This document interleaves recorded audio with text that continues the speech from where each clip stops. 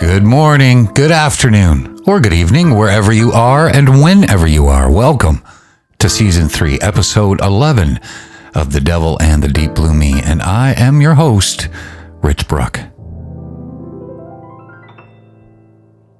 Today, we are going to talk about something a little different from the usual explorations of struggle and growth. Today, I want to talk about what I hope never changes. Those constants in human experience that feel so essential, so deeply woven into what makes life worth living, that I just simply can't imagine them ever disappearing. So far, we've spent this season talking a lot about change and growth and accepting imperfection and uncertainty, and all of that is very, very important. But there's another side to that conversation. The recognition that some things are worth holding on to. They're worth protecting and worth fighting to preserve in a world that's constantly shifting. Because life is always changing. We age, whether we're ready to or not. Our priorities shift as circumstances change, and technology evolves faster than we can adapt. Cultures reinvent themselves, sometimes in ways that we welcome and sometimes in ways that make us a little uneasy. But change is the only constant, as the saying goes. And yet, in the midst of all of that change, there are these threads, these constants that kind of feel like anchors, like the things that keep us tethered to what it means to be human. Things that have mattered to people across cultures and centuries that seem to touch something fundamental about the human experience. So today, instead of talking about what needs to change or how to cope with the change, I want to talk about what I hope never changes. Not out of resistance to growth or evolution, but out of recognition that some things are just so valuable, so essential, that losing them would mean losing something irreplaceable about what makes us human. Life is always changing. As I get older and I think about how different my life is now from what I imagined it would be when I was, in my 20s, the gap is almost comical. Different career, different relationships, different understanding of what matters, a different relationship to my own ambitions and my own limitations. We age, our bodies change in ways that we don't always welcome. Our parents get older, our friends scatter geographically and sometimes emotionally. The music that we loved as teenagers gets labeled as classic or oldies. The cultural reference that we thought everyone understood becomes obscure nostalgia. Technology evolves so quickly that things that I remember from childhood, like, cassette tapes and landline phones and having to wait until a specific time to watch a TV show, these are now historical curiosities to younger generations. The world my students are growing up in is fundamentally, significantly different from the world I grew up in. And cultures reinvent themselves. Social norms that seemed permanent when I was young they've shifted dramatically. Things that were taboo are now mainstream, and things that were mainstream are now taboo. The ground keeps moving under our feet. And sometimes, honestly, the pace of change is exhausting. There's this pressure to constantly adapt and stay current and evolve with the times or risk becoming irrelevant. And that pressure, while, sometimes it's productive, can also create this sense that nothing is solid, that everything you think you know is just temporary, that any foundation you build might just crumble without any warning. But in the midst of all of that change, there are these things, these deeply human things that feel constant. And I find myself wanting to protect them, to make sure that they don't get swept away in the flood of progress and evolution and cultural transformation. One thing for me is music, the way a simple melody can move the soul, the way 3 little chords arranged in just the right order can make you feel understood by someone you've never met. That hasn't changed in the 40 years that I've been listening to music and making music, and it hasn't changed in the thousands of years that humans have been creating music. It's storytelling. The people lean in around a fire, around a table, around a podcast microphone to hear and share experiences, to make sense of life through narrative. And this is ancient technology, older than agriculture, and it still works the exact same way it did when our ancestors were sitting around fires telling stories about their day. It's the raw honesty of a real friendship, the kind where you don't have to put on a mask, where you can be ridiculous and serious all in the same breath, where silence is comfortable and laughter is frequent. The specific friends may change over a lifetime, but that quality of connection, that possibility of being fully known and still fully accepted, well, that's timeless. And what I know now is that change is inevitable. You can't stop it. You shouldn't try to stop it, but there are things that are so deeply human, so fundamental to what makes life meaningful that I hope they really never change and they remain untouchable. And maybe part of our job isn't to resist all the change, but to fiercely protect the things worth keeping while letting go of the things that need to evolve. Let me start with the things that feel the most universal, the constants that seem to transcend culture and time and technology, all the variables that make human experience different across contexts. So first of all, and probably most personally important to me, it's music. Not specific genres or styles, those will always keep evolving, but the fundamental human impulse to organize sound into patterns that move the heart. The way rhythm can make you want to move, and the way a melody can evoke emotion, or the way a harmony can create a sense of resolution or longing. People have been making music for at least 40,000 years, probably longer, but that's as far back as we have physical evidence of. And despite all the technological and culture changes that have happened in that time, music still works the exact same way on the human nervous system. A well-crafted melody still gives you the chills, and a driving rhythm still makes you want to move your body. I teach students who are separated from me by decades of cultural change, who grew up completely different with their technology and their references, but when I play them a song with a strong emotional content, regardless of the style or the era, they feel it. Music bridges those gaps in ways that almost nothing else can. And another one is storytelling. The human need to make sense of experience through narrative, to share what happened and how it felt and what it might mean.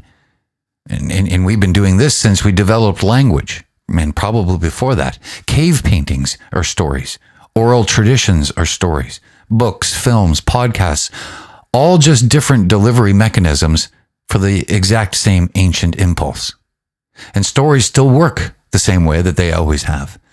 You hear about someone else's experience, and suddenly your own experience feels less isolated, less incomprehensible. You connect with characters in fiction and learn something about yourself. You share your own story and you feel seen, understood, and a lot less alone. And another is the restorative power of nature. The way that being outside in green spaces or near water, under an open sky can actually shift something in your nervous system. The way a sunset can stop you in your tracks and make you forget whatever you were stressed about and remind you that beauty still exists. This isn't cultural or learned. It seems to be hardwired into us as biological beings. Study after study shows that time in nature reduces stress, improves mental health, enhances creativity. And this has to be true for as long as humans have existed. And another one is love. Not the rom-com version, but the actual human capacity to care deeply about someone else's well-being, to feel connected to others in ways that transcend rational self-interest. The joy of laughter with people you care about, the comfort of being with someone who knows you completely. And love defies logic. It defies distance, and sometimes It defies time. You can lose someone and still feel connected to them years later. It's irrational, often inconvenient, and sometimes painful. And yet, it's one of the things that makes life the most worth living. And then there's the quality of physical presence. The difference between being in the same room with someone versus seeing them on a screen. The way a hug can communicate things that words just can't. The way sitting next to someone in silence can feel way more connecting than a huge long conversation over text. We are embodied creatures. We have bodies that need to be in space together to experience certain kinds of connection. And I hope that never changes, that we never completely migrate to a virtual existence, that we always remember that something essential happens when humans share the same physical space. And beyond the universal constants, there are specific practices and traditions that I think are worth fiercely protecting, even as the world changes around them. And a huge one for me is live music, not recorded, not streamed, but actual humans in the same space making music together and for each other. There's something very irreplaceable about that. The way energy moves between a performer and an audience, the way two performances are never exactly the same, the shared risk and vulnerability of creating something in real time. And this is under threat in ways that it never was before. I mean, at first it was digital music. It was far more convenient and accessible, which is, amazing. But if we're not careful, especially with the introduction of AI, we might lose the culture of live performance, the venues where it happens, the economic viability that allows musicians to do it. And that, to me, would be a profound loss. I'm committed to continuing to perform live and to support other musicians who perform live, to help students understand why playing for actual human beings is far different from playing to a recording device. And this matters enough to fight for.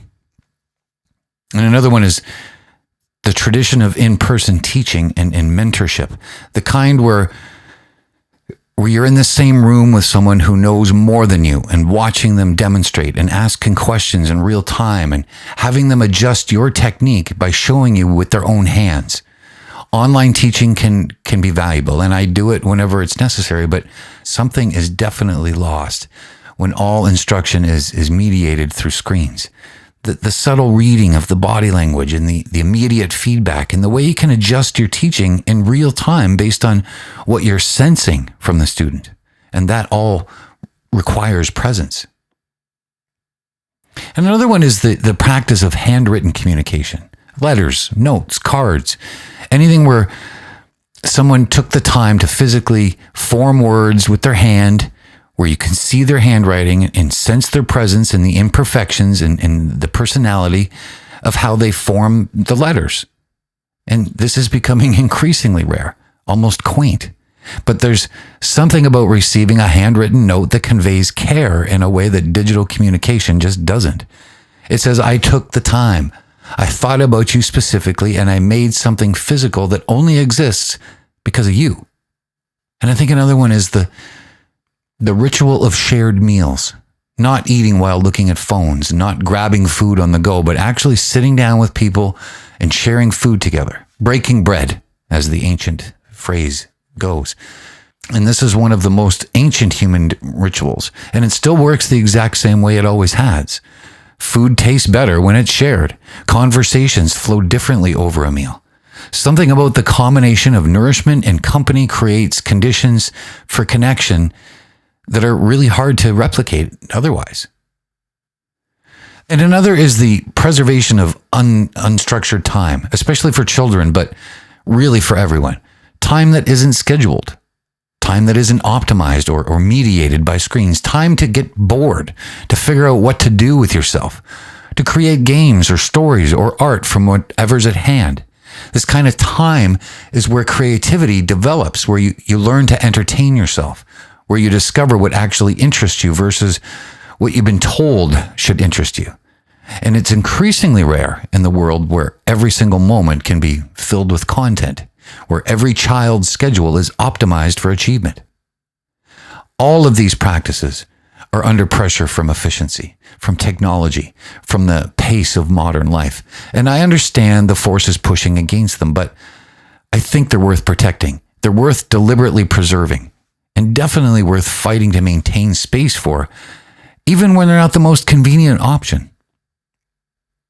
So, if these things are worth preserving, what can we actually do about it?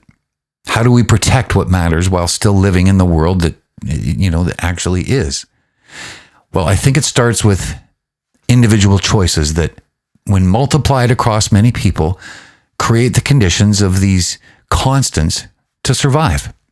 Every time you choose the human version over the technological version, you're casting a vote for what stays and for what goes.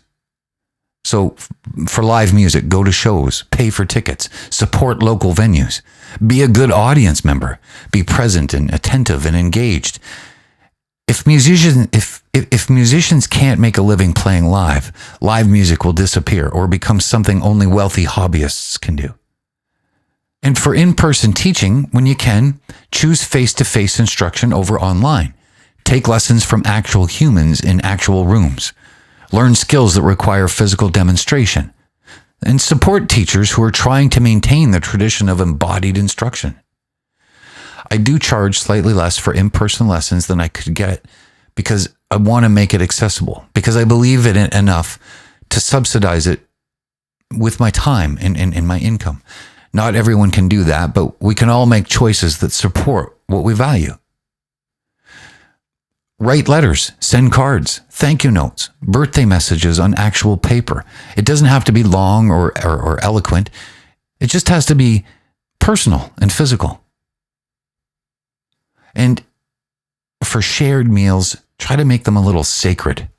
No phones at the table, even when you're eating alone. Invite people over for dinner instead of just meeting at restaurants. Cook together. Make it a ritual that matters rather than just a functional necessity. And then for unstructured time, protect it in your own life. Even if you're an adult, resist the urge to fill every moment with productivity or content. Let yourself be bored. See what emerges when you're not constantly being stimulated. And if you're around kids, give them unstructured time. Don't fill every moment with activities. Let them figure out how to entertain themselves. They'll complain at first if they're not used to it, but creativity will eventually emerge from that boredom. These little individual actions might seem small, but they're not. When enough people make these choices, infrastructure persists. Venues stay open. Teachers can make a living. Practices don't become obsolete. The things worth keeping get kept because enough people decide that they're worth the effort. And maybe that's part of our job. In a world that's constantly changing, it's to be fierce about protecting the things that shouldn't change. Not out of nostalgia or resistance to progress, but out of recognition that some things are just so fundamental to human flourishing that losing them would diminish us in ways that we can't even fully anticipate. So music, storytelling, love, nature, presence, these aren't luxuries to be preserved if convenient. They're core to what makes us human, to what makes life worth living. And they are definitely worth fighting for. So make the choices that support what you value. Attend the concert, write the letter, share the meal, create the unstructured time, be present. These aren't small acts. They're how we ensure that the things worth keeping don't disappear simply because we stopped choosing them. Anyway, now it's time for this week's segment of enRICHment, where we explore some little facts that might deepen your appreciation for the constants worth protecting. Did you know that the earliest known musical instruments are over 40,000 years old? Archaeologists have found flutes made from bird bone and mammoth ivory in caves in Germany, dating back to the time when Neanderthals and early humans coexisted in Europe. So even back then, before agriculture, before cities, before writing, humans were making sound into story, turning breath into meaning. They were taking time to craft instruments to create music that served no practical survival purpose. Music was just that important to being human, even 40,000 years ago. And here's another one. Neurological research shows that when you hear a story, your brain doesn't just process it intellectually, it actually stimulates the experience being described. If someone tells you about running, the motor cortex lights up. If they describe a smell, your olfactory cortex activates. And this might explain why stories have been central to human culture forever. They're not just information transmission, they're experience sharing at a neurological level. When someone tells you their story, your brain is literally experiencing a version of what they experienced.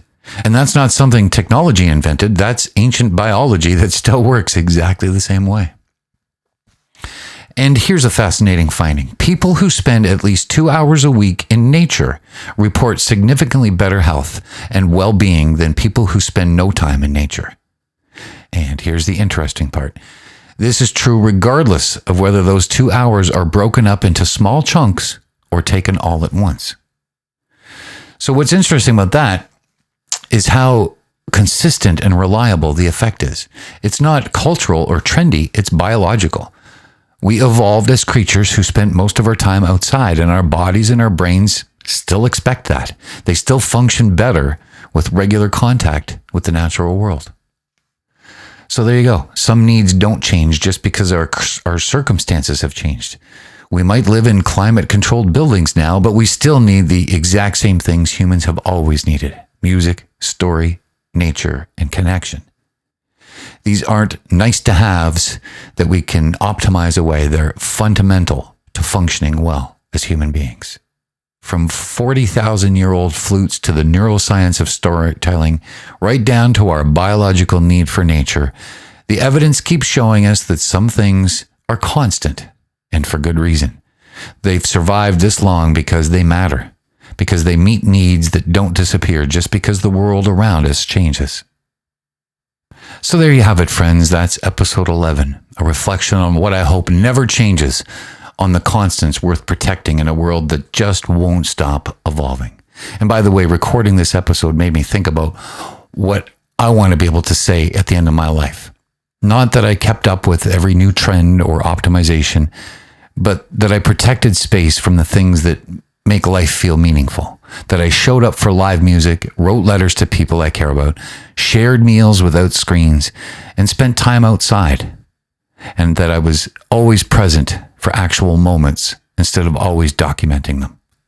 This is something I think about constantly as I make daily choices about how to spend them, where to put my energy, what to prioritize. And every decision is either supporting the world I want to live in or allowing the world to slip away through inaction. So here's something I want to hear from you. What's one thing you hope never changes? What practice or experience or constant feels so essential to your sense of being human that you just can't imagine losing it? And more importantly, what are you doing to protect it, to ensure that it survives for the next generation? Because we're all responsible for what carries forward. The future isn't something that just happens to us. It's something that we create through millions of small choices about what we value enough to maintain, what we're willing to fight for, and what we refuse to let convenience eliminate. And if you're feeling a little overwhelmed by the pace of change, or if you're worried about losing connection to things that have always mattered, if you're not sure how to preserve what's important in a world that keeps pushing toward efficiency, just start small. Attend one concert, write one letter, share one device-free meal. Choose presence once when you'd normally choose convenience. These choices accumulate. They create culture. They maintain infrastructure. They teach the next generation what's worth valuing. They ensure that 40,000 years from now, humans will still be making music, sharing stories, gathering together to experience what it means to be alive. Change is inevitable, and often it's good, but change without discernment leads to loss that we can't ever recover from. So be fierce about protecting what matters. Be deliberate about choosing the human version over the convenient version. And be part of ensuring that the things that have always made life worth living survive into whatever future that we're building. Just protect what matters. Show up for your value. Be present for experiences that can't be replicated, and trust that these choices multiplied across many people will just create the world that we actually want to live in. And while you are fiercely protecting whatever makes life worth living, please have yourself a safe and happy week.